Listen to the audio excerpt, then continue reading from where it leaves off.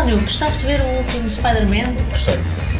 Foi agir aquelas personagens todas, universos paralelos. Então, António, Olá, quando é que vais lá a casa gravar um episódio? eu já estou em vossa casa. Como assim? Já não estás? Eu estou em vossa casa neste momento. Então, se calhar é melhor ir. É melhor. Então, até já?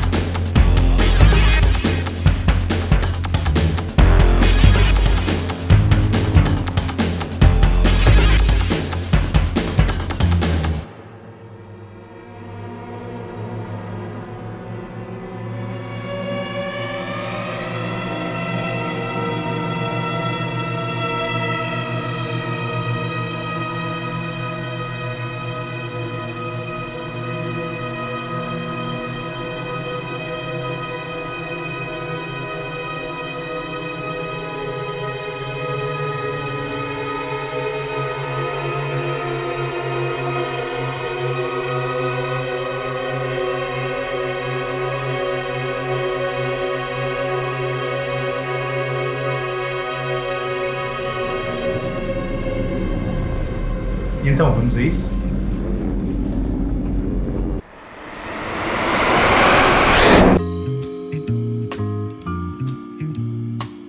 Olá, eu sou o Sérgio Eu sou a Susana. e hoje temos connosco um convidado especial. Sim, vocês já repararam que apareceu aqui em casa o António Araújo, do segundo take e dos universos paralelos. Olá, António. Olá, Susana. Olá, Sérgio. Muito obrigado pelo convite. Nada. Aliás, eu é que me fiz convidado. não é? Sim, tu é que disseste que já estavas cá em casa, portanto, Sim, remédio sim. temos nós não de continuar com o episódio. E hoje vamos falar do quê? Um filme que é-nos querido, pelo menos a nós os dois, não é? A Sim, ti, se também calhar. gosto, mas acho que vocês têm aqui um amor especial por este filme. Sim. Um filme do David Lynch que, muito embora não seja normalmente considerado um dos seus filmes maiores, no nosso caso partilhamos aqui um gosto muito especial por este título, não é? Sim, se calhar o mais fácil para começarmos é explicarmos sobre o que é o filme. Queres tentar? Queres... Olha, mas é spoilers, é para dar spoilers. É que este Eu acho filme é difícil de explicar para quem nunca viu. Quem viu isto pela primeira vez tem uma percepção deste filme. Sim, mas de linha geral, isto é a história de um músico de jazz, que é o Sim, Fred. mas é um casal. Ele tem uma esposa que é Patricia Arquette, que é uma mulher muito sexy. Sim. Deve ser o pique Patricia Arquette. Sem dúvida. Só que aquilo é um filme realmente confuso. É Lynch, porque eles começam a receber umas cassetes em casa de alguém que está a filmar a casa, que os está a filmar. Depois tu não consegues muito bem perceber o que é realidade ou não. Não Tens dá a noção, para não explicar. estás a conseguir explicar Olha, é um nada. casal, que Então está a ter recebe- sucesso, não é? É um casal que recebe cassetes em casa. Não dá para explicar. Vamos deixar o não dá. António Isto é um fazer fi- uma sinopse do que é É um o filme Estrada de Perdida. Lynch sobre uma relação que já não está a funcionar. Ou seja, há aqui o espectro da infidelidade, não é? Sim. E associado ao espectro da infidelidade, em que o Fred desconfia que a mulher está a traí-lo, há também este elemento de mistério das videocassetes. Para quem não sabe, nós tínhamos uns videogravadores e onde metíamos umas caixinhas com umas fitas, que neste caso mostram gravações do exterior da casa numa primeira instância e depois do interior da casa com eles. E, portanto, há aqui um mistério sobre uma entidade qualquer que parece estar a apoderar ou pelo menos a controlar a vida deles. E depois nós temos um crime e o mistério adensa-se quando há uma transmutação. E quando o Fred tem aqui um transtorno qualquer dissociativo de identidade e se transforma num rapaz novo, em que o seu aspecto é diferente, um rapaz que é mecânico e que tem contacto com uma figura do submundo, daquilo que parece ser o submundo da pornografia, do qual o Fred tinha ouvido falar quando alguém lhe toca à porta no início do filme, lançando toda esta embrulhada.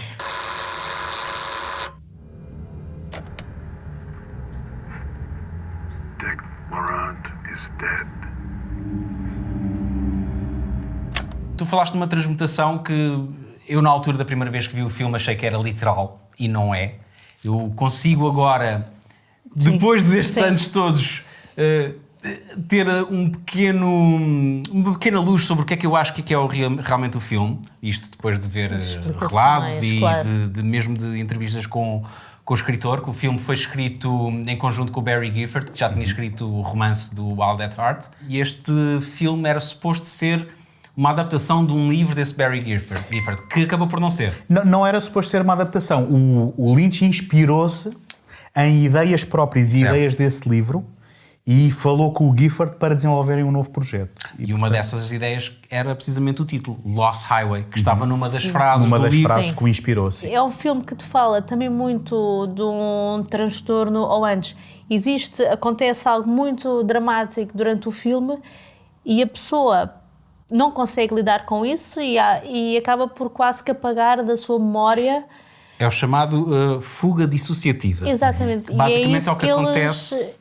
Nessa troca de pessoas que vocês falaram, supostamente é isso que acontece. Exatamente. Esta fuga dissociativa é como se fosse um mecanismo de defesa do teu corpo. Isto é uma condição psicológica, não é neurológica, que pode acontecer depois de eventos traumáticos. E neste caso, os eventos traumáticos são o assassinato e o desmembramento da Patricia Arquette. Shit.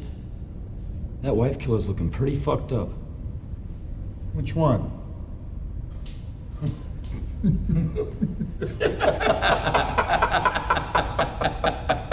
Este início, quando lhe tocam à porta do Fred e a dizer que o Dick Laurent está morto, tu nessa altura tu não sabes como espectador que o que estás a ver é algo que está apenas na cabeça do Fred. Nem sabes quem é, o que é Dick Laurent, mas Exato. quem? O que estamos a ver são apenas as memórias ou a forma como o Fred, o personagem principal, se recorda dos eventos que aconteceram até ao assassinato da mulher. Sim, tu disseste que era o desmembramento da Patricia Arquette, mas é engraçado porque é o desmembramento da René, porque a Patricia Arquette aparece a encarnar outra personagem. E há um episódio muito engraçado quando o David Lynch estava a desenvolver este filme junto de uma produtora, eu agora não tenho de memória qual era, não sei se era a Lakeshore, que estava disposta a avançar com o orçamento, mas a queixa que tinham era, David, isto tens 2 atores diferentes a interpretar a mesma personagem. Exato. E tens a mesma atriz a interpretar 2 personagens diferentes. Sim. As pessoas não vão perceber. Ele disse, como não vão perceber? Faz todo o sentido. Ou seja, aquilo na cabeça dele, não é? Naquilo que era a história que ele estava a contar, fazia todo o sentido. E, portanto, é engraçado que aqui, no caso de quando estamos a falar da Patricia Arquette, temos que distinguir que é a René ou agora está-me a escapar o nome da... Alice. Alice, exatamente. Essa Alice aparece só depois da tal transmutação, que é o tal episódio de fuga dissociativa. Nesta altura, o Fred já está encarcerado, já está na prisão.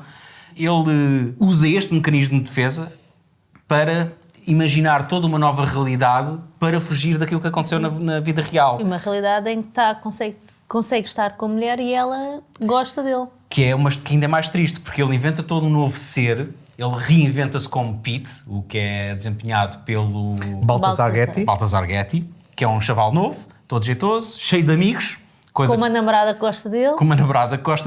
Mas ele gostava tanto da mulher que a reimagina como outra pessoa, apesar de fisicamente ser extremamente parecida com a mulher na vida real, com a René. Só ela com outro penteado. Eu acho que não vamos conseguir explicar isto. Acho que a intenção não é essa. Eu estou a alinhar no teu exercício de leitura sobre este filme, muito embora eu não tenha certeza se concordo a 100%, porque eu penso que podem ser outras coisas. E eu penso que tu estás a tentar fazer uma interpretação não literal, mas o Lynch sempre trabalhou muito com esta ideia de duplos, sempre trabalhou muito com a tenue fronteira entre a ficção e a realidade.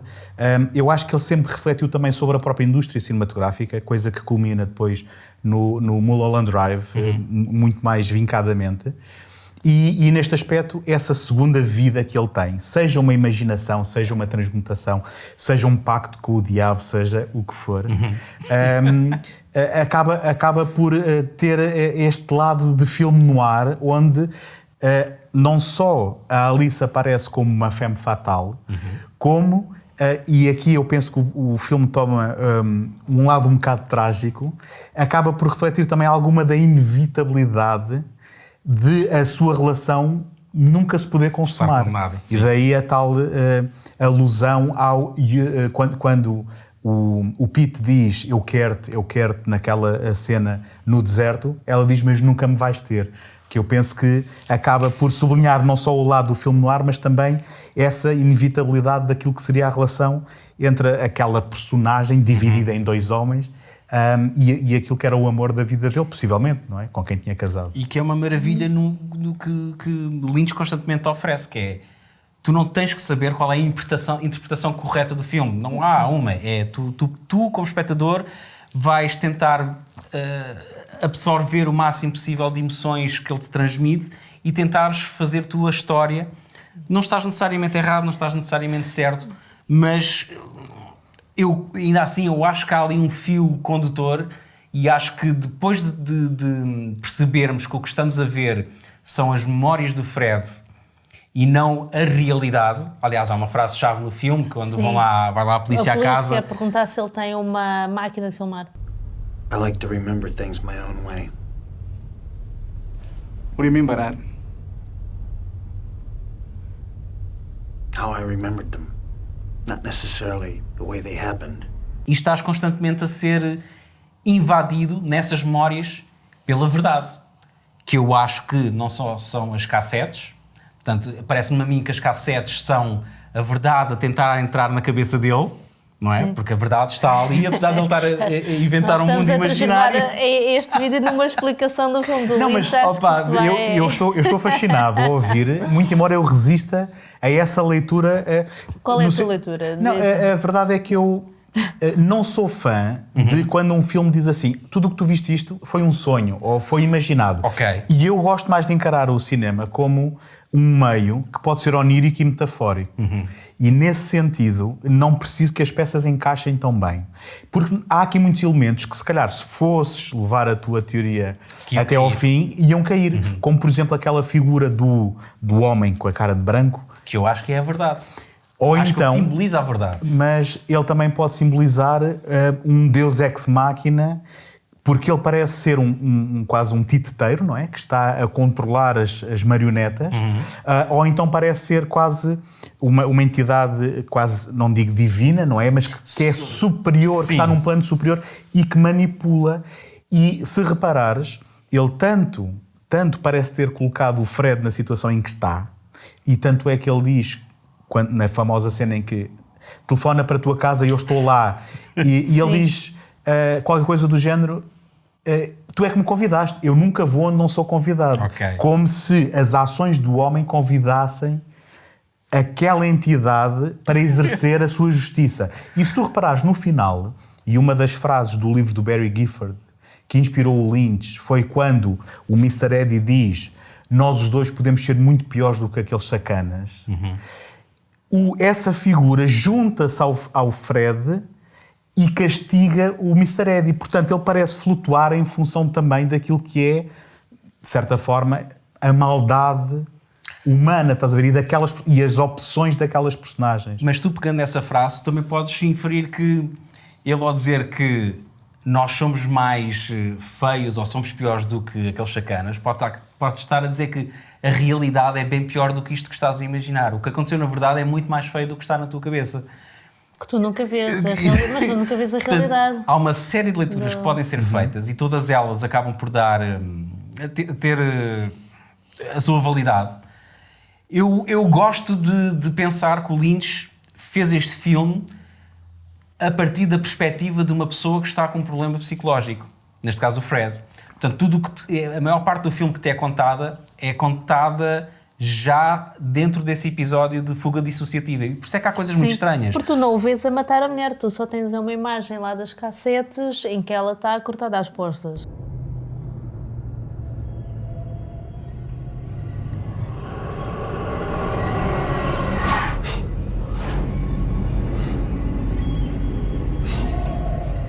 Digam-me lá, eu gosto do filme, mas vocês têm uma paixão muito grande por este filme. Como é que a tua primeira experiência com este filme, António? Conta lá. Bem, a minha primeira experiência com este filme foi vê-lo muito provavelmente na semana de estreia, no Monumental, penso eu que na sala 1. Com que idade, António? Bem, eu nesta altura, eu penso que foi no meu 3º ano de universidade, portanto... Ok, pronto. Este já estava em idade de vê-lo. Isto é 96, 97, pá, É de 97? Acho que sim. É de 97, eu já estaria no 3º ano. Eu sei que perguntas isso porque Ok, o meu primeiro contacto com Lynch foi o Wild at Heart e eu entrei numa sala de cinema para aí com 10 ou 11 anos. Logo a ver aquilo. E efetivamente não havia controle nenhum e eu agradeço Não. à falta de controle em Outros Portugal. tempos. É Outros pá, com tempos. 11 anos a ver o Wild at Heart, Sim. aquilo é perturbador. E causou alguns frémitos, posso dizer Sim, imagino que sim. causou bastante impacto. E, na realidade a minha relação com o Lynch começou aí. E depois este foi talvez o segundo Lynch que eu terei visto no cinema, porque eu sei que ele tem outros filmes pelo meio que eu por uma razão ou por outra não apanhei no cinema, e foi uma daquelas sensações de ter visto algo que me tinha feito sentir algo e que me obrigou a estar atento e obrigou-me a revê-lo, porque eu queria embrenhar-me neste mundo, queria tentar apanhar estas pontas que não tinha apanhado e ter estas teorias.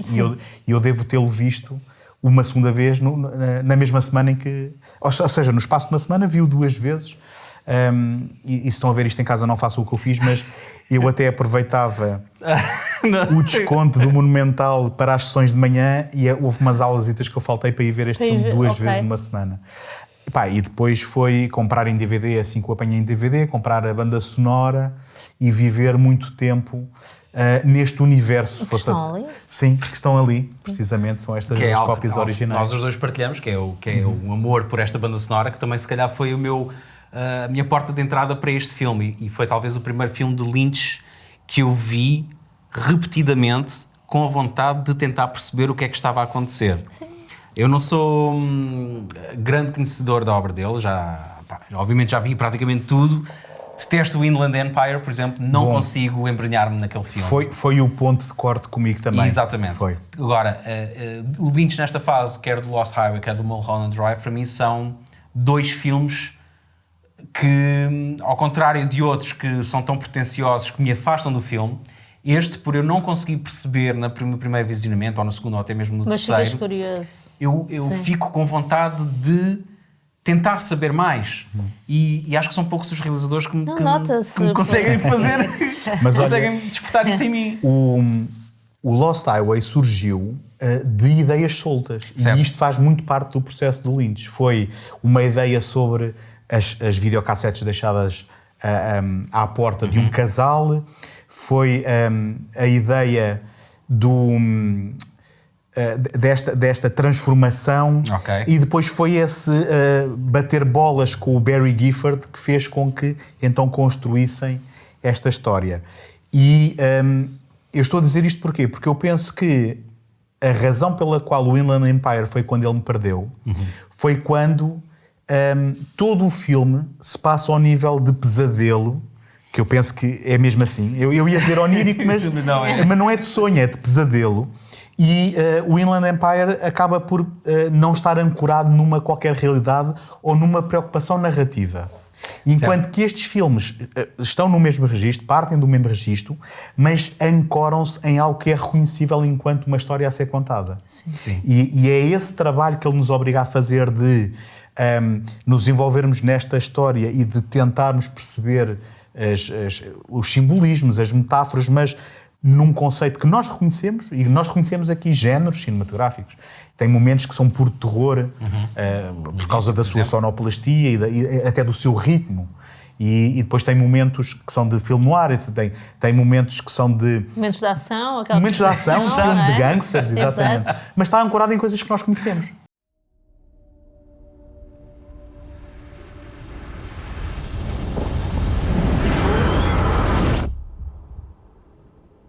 Foi outro dos fatores que me levou a ter este fascínio pelo filme, é o som, o ambiente, porque a parte inicial do filme é praticamente toda silenciosa e vive de ruídos, de drones, Sim. Um som industrial que já vem dos tempos do Eraserhead, não é? Sim, e que aqui também teve a ajuda do próprio Trent Reznor para a parte da banda sonora, e ele teve a responsabilidade de colar, de espelhar na banda sonora, numa altura em que as bandas sonoras vendiam, aquilo que se passa no filme. E eu acho que a própria banda sonora também resultou extremamente bem. Pôs-me a ouvir artistas que eu, na altura, não ligava nenhuma. António Carlos Jobim, não fazia mesmo a mínima ideia. E ele também, com este filme, meteu na ribalta os Rammstein, a meter para o público americano. Sim. Aparece também o Marilyn Manson no filme porno, que ainda há bocado estávamos a falar do filme Num filme porno dentro do filme. Dentro não é? dentro filme, do exato. filme, e ele mete essas pessoas todas no filme, e com a banda sonora do Trent Reznor, que quem não sabe é dos Nine Inch Nails. Sim, E que ou é tinha os Nines, não? tinha feito recentemente uma banda sonora até um bocadinho mais inovadora, que era a do Natural Born Killers, que Exatamente. na altura ficou muito famosa, não só pelas escolhas musicais e por ter sido curada pelo Trent Reznor, mas por ter introduzido também excertos de diálogo, Certo. que depois o próprio Tarantino também faria a mesma. Eu penso que a do Trent Reznor ainda aparece antes do Pulp Fiction e dos Cães Danados, mas não tenho a certeza. Mas pelo menos nessa altura era algo que não estávamos habituados.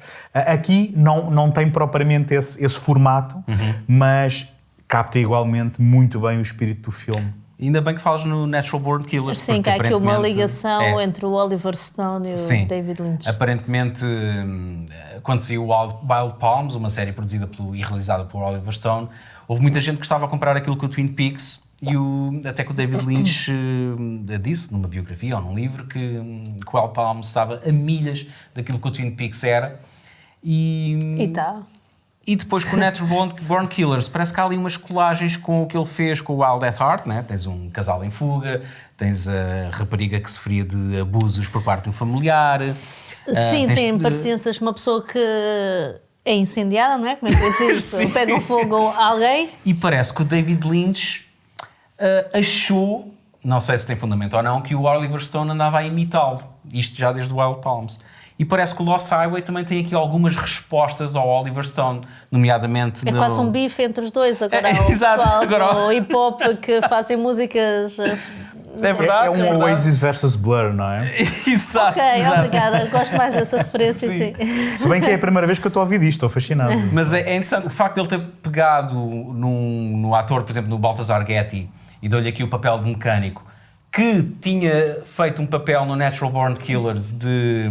Estava numa bomba de serviço. Exato. Sim, mas também vinha todo sujo também. Assim, pronto, estava com o fato de macaco, e basicamente... Sim. Ele nesse filme, no Natural Born Killers, quando está com a... Com Mallory. Com a Mallory, exatamente. Sim. Está agarrado a ela e sai-se com aquela do... Tell me you want me for this. I want you. E mesmo aquela cena onde o Robert Loggia está a andar com Mercedes e de repente aparece um colado basicamente ao cu, não é? E às tantas o Robert Loggia dá-lhe um enxerto de porrada e diz: tens que respeitar as regras, tens que respeitar as regras. Que é uma reação um bocado excessiva só porque alguém se está a chegar ao Mas parece que está a mandar uma mensagem, ou está a dizer que o Oliver Stone anda colado a ele, atrás dele. Mas isso, será que é mesmo assim? Não, Ou não sei. foi depois a imprensa a querer criar aí uma guerra entre os dois? Não sei se é ou assim é tão tudo na inocente. cabeça do Lynch em que ele imaginou essa... Eu acho que é capaz de ser mais nessa vertente. Ou Como uma toda a mistura gente dos sabe, dois. o Lynch está ali, daquela redoma, naquele mundo dele. Eu diria, se é daquilo que eu li no livro, em que ele também fala na primeira pessoa, ele não faz menção nenhuma a isso. Mas é curioso que, por exemplo, o Robert Loggia, que também entrou no Natural Born Killers, exatamente. mas que terá ficado na memória do David Lynch quando ele estava para fazer uma audição para o papel do Frank Booth no Veludo Azul. E supostamente eles ficaram sem tempo e mandaram os atores que estavam ainda à espera fora, embora. Não mandaram, assim, mandaram para casa. E o Robert Loggia terá-se passado os carretes e terá insultado toda a gente, e o David Lynch terá ficado com ele na memória de: olha, este se calhar no futuro... este se calhar é que é bom para este papel. E mais tarde terá sido o Bill Pullman, já apontado ao papel do Fred, que no set do Dia da Independência terá dado o argumento ao Robert Loggia Bem. para volta. Sim, é verdade. E por acaso há outro ponto de contacto também muito interessante entre o Veludo Azul e este filme, que é a música Song for the Siren dos This Mortal Coil. Que não entra na banda Que sonora. não entra na banda sonora, mas é um momento muito marcante no filme.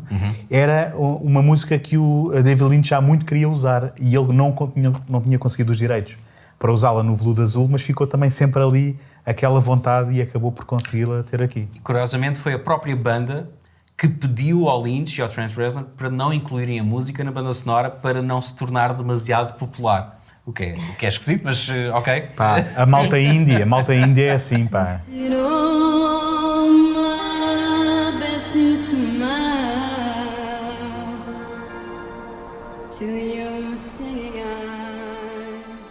Para mim, sempre formou quase um segundo capítulo de uma trilogia Ok. na minha cabeça dos filmes do David Lynch. A começar no Wild at Heart. Sim. E cada vez que vejo estas cenas da estrada, da autoestrada de noite, Sim, com os estão faróis, a mim parece-me uma espécie de versão ainda mais negra do que já era no filme anterior da estrada dos tijolos amarelos, não é? Aquela referência, Era, sim, no aquela Wild at referência Heart, ao feiticeiro de Oz e de pessoas de certa forma perdidas, não é? Com uma certa inevitabilidade trágica nas suas vidas. Mas aqui também introduzindo este elemento de ficção, realidade e da fronteira ténue entre isto, que culmina para mim no Mulholland Drive, naquilo que é digamos, a carta ao mesmo tempo de amor e a crítica a Hollywood feita por David Lynch. E, portanto, é assim, isto é um bocado forçado no sentido que não há propriamente uma continuidade em termos temático ou de Mas há personagens, elementos, mas há sim. aqui um elemento de ligação, pelo menos na minha cabeça, espiritualmente, isto forma uma trilogia. Há uma coisa também engraçada que eu não tenho assim tantos factos para vos dar, mas lembro-me agora deste, que é essa cena em que lhe tocam à porta do Dick Laurent is Dead. Sim. Supostamente ele foi buscar inspiração disso. Então foste tu que me contaste, mas pronto, eu conto aqui. Algo que lhe aconteceu na realidade, que ele não sabe se era um dia que estava de ressaca ou se foi um sonho, e alguém realmente tocou à porta do Lynch e disse-lhe que o Dick Laurent estava morto. Ele fala disso E no ele livro. guardou- Ele fala guardou disso no isso. livro. Ele disse, muito possivelmente alguém se enganou na porta, mas ele que nunca perguntou aos vizinhos se Mas tinha também quem é que alguém. vai tocar à porta de uma pessoa para dizer, olha, o Zé Manel morreu. Eu disse, está bem. Há outro fator curioso, que é o facto que a casa que nós vemos no princípio do filme era uma casa que o David Lynch tinha comprado. Que era, portanto, ele comprou algumas propriedades e quando a vizinha dele ao lado morreu, ele comprou aquela casa, queria construir um estúdio, queria deitar aquilo abaixo. E quando andavam à procura da casa com a melhor configuração para a história que ele tinha escrito, procuraram, até que ele disse, se calhar esta dá, porque tinha que ser muito específica, com aquele corredor que dava Sim. para a escuridão, com janelas que não davam para ver para a entrada, e portanto há esta curiosidade que aquela casa era uma casa que o Lynch tinha comprado e que depois do filme foi demolida e ele construiu um estúdio no sítio dela. Olha, isso faz-me lembrar outra coisa, e tu que és arquiteta paisagista e que provavelmente sabes. Tu não tínhamos a sex shop, agora as pessoas vão ficar a saber. Agora pensava que ias contar outra coisa. Não. Mas Não sei o quê. já nós Há notámos uma isso planta já no... que ele no- repete muito, Sim, que é aquela que está ali ao lado do António, Que é que é a ali- Sansevieria trifasciata. a língua da sogra. Só- Chamam-lhe a espada de São Jorge ou a língua da sogra, e ele repete em muitos filmes realmente essas plantas. E Está no achas- Blue Velvet. Pá, não faço ideia, elas são boas purificadoras de ar, não sei o quê. Se calhar é só uma opção estética. É uma isso? opção estética porque Ok. é realmente uma planta esquisita que sobrevive, é quase uma planta indestrutível. Não sei que significado é que ele poderá ter ido buscar dela. Isto é meio engraçado, porque eu sinto que podíamos ficar o dia todo a falar sobre isto, porque Pois podemos, o sim. Baltasar Guetti diz que o Lynch é muito específico nas escolhas que faz. Pois. E o facto de aparecer uma planta recorrentemente não será, É verdade. não será Não é aleatório. acaso. Não é aleatório. E o de Baltasar certeza. Guetti conta que houve uma cena em particular em que o Lynch demorou-se muito ali num determinado sítio do espaço físico onde iam rodar a cena, Ok. e então que ele tinha estado a pôr grãos de café num determinado sítio, que o Baltasar Guetti diz, nós nunca íamos ver aquilo na câmara, só que para ele era importante que aquilo ali tivesse. Bem, eu acho que assim, nós temos mesmo de fechar isto, Sim, senão... é melhor. Fazemos outro episódio, fazemos quase uns episódio de cada um de vocês a falar só sobre o Lynch e depois junta-se, não sei. Fazemos Mulholland Drive para a próxima. Por que não? António, tu achas que este é um bom filme para apresentar as pessoas ao Lynch ou recomendavas outro? E, se calhar é um contrassenso, no sentido em que é o meu favorito, Ok. mas penso que pela reação do público em geral a este filme não será o melhor. Eu penso que se calhar mais representativo e melhor porta de entrada será um Veludo Azul. Ok. Eu diria Sim. mesmo Um Coração Selvagem. Penso que são portas de entrada mais facilitadas. Mais suaves. Sim. E se gostarem desses filmes, e depois então Veludo venham a Azul, este peito sim. feito. Onde é que nós te podemos encontrar, Sim. António? Bem, o sítio mais fácil é o segundotake.com e aí vão encontrar então todos os projetos, o próprio Boa. podcast do Segundo Take, Certo. Universos Paralelos e também o programa de YouTube que faço com 2 caramelos que se chama 3 Já é Companhia, que, portanto, depois daí encontram o canal de YouTube e os Facebooks e os Instagrams, portanto, está tudo lá. E a newsletter? Tu ainda fazes a newsletter? A newsletter foi um projeto muito ambicioso, mas agora está em pausa. Ok. Porque o podcast, ou os podcasts, já dão um trabalho suficiente. Sim. Só que era uma ideia que eu tinha, que era de ter um outro canal de comunicação com quem pudesse estar interessado nas coisas que eu faço. Que era para ser consumida no seu tempo. E era para as pessoas lerem em vez de terem que estar a ouvir, mas Sim. está em pausa, está em pausa Olha, agora. se calhar vou-te lançar aqui um tema realmente, quando tu quiseres retomar a newsletter, tens de fazer algo especial sobre o Lynch. Sim, parece uma boa ideia. Parece uma boa ideia. Sim, Então, olha, vamos fechar. Vamos, Fica o porque convite assim, para... se eu vos deixasse aqui os dois a falar, se Nós ficava a vamos câmara a continuar rolar. Nós vamos continuar. Deixa rolar e a ver o que é que acontece. Olha, foi um prazer. Sim. E até para a semana. Obrigada por teres vindo. Muito obrigado. Até para a semana.